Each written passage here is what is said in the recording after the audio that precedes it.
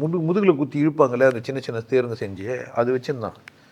தைப்பூசத்துக்கு அவன் முதுகு பிடிச்சி உயிர் பிடிச்சி ஈர்க்க சொன்னான், குத்தின்னு தொங்க சொன்னான். முருகர் வந்து எப்போனா சொன்னாரா? அந்தாலே ஏற முடியாது, மயிலில் ஏறந்தான் போய் சொல்லுங்கிறேன். உனக்கு சிந்திக்கவே மாட்டியா? ஏறு மயில் ஏறி மயில் மேலே ஏறி போக முடியும். அதுதான் ஒன்றா நானும் அந்த மாதிரி பெரிய மயில் இது வரைக்கும் பார்க்கல. நீங்கள் என்ன பார்த்துக்கிறீங்க? ஒன்று முருகர் சின்னதாக இருக்கணும், இல்லை மயில் தான் இருக்குண்ணா பெருசாக இருக்கணும். சின்ன முருகர் எப்படி என்னை காப்பாற்றுவார்? அதுவே குழந்த மயில் மீறி உட்காந்தாக்கா மயில் தூக்கிட்டு போகுமா?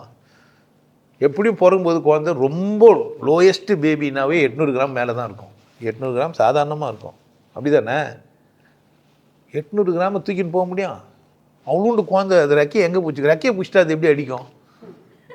மயிலை பிடிக்குது எங்கனாக்குதா அந்த குழந்தைக்கு? என்ன பண்ணவே இல்லை நம்ம. நான் உன்னை டெக்னிக்கலாலாம் கேட்கல. அப்போ அவன் சொன்னவன் என்ன தான் சொன்னான்னு ஒரு கேள்விக்குதா இல்லையா? கேள்வி கேட்பீங்கன்னு சொன்னால் கேள்வியே கேட்காம ஒத்துக்குனீங்களே என்ன பண்ணுவான் அவன்? இறை சித்தம் கேள்வி கேட்குறது.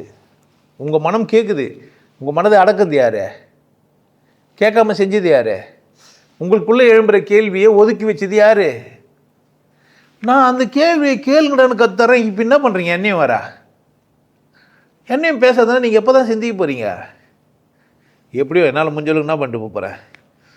இப்போ இதான் இறை சித்தம். நான் வாழ்கிறதுக்கும் திரும்பவும் சொல்கிறேன், பித்தியாரை வாழ வைக்கிறதுக்கும் வந்தவன். நான் வாழ்வேன், பித்தியாரையும் வாழ்ப்பேன். நான் அப்படியெல்லாம் இருக்க மாட்டேன். நான் வாழ்வேன், வசதியாக இருப்பேன், சந்தோஷமாக இருப்பேன், கொண்டாட்டமாக இருப்பேன். நீ என்ன பண்ணலாம்? என்ன கூட சேர்ந்தே வாழ்ந்துக்கலாம்.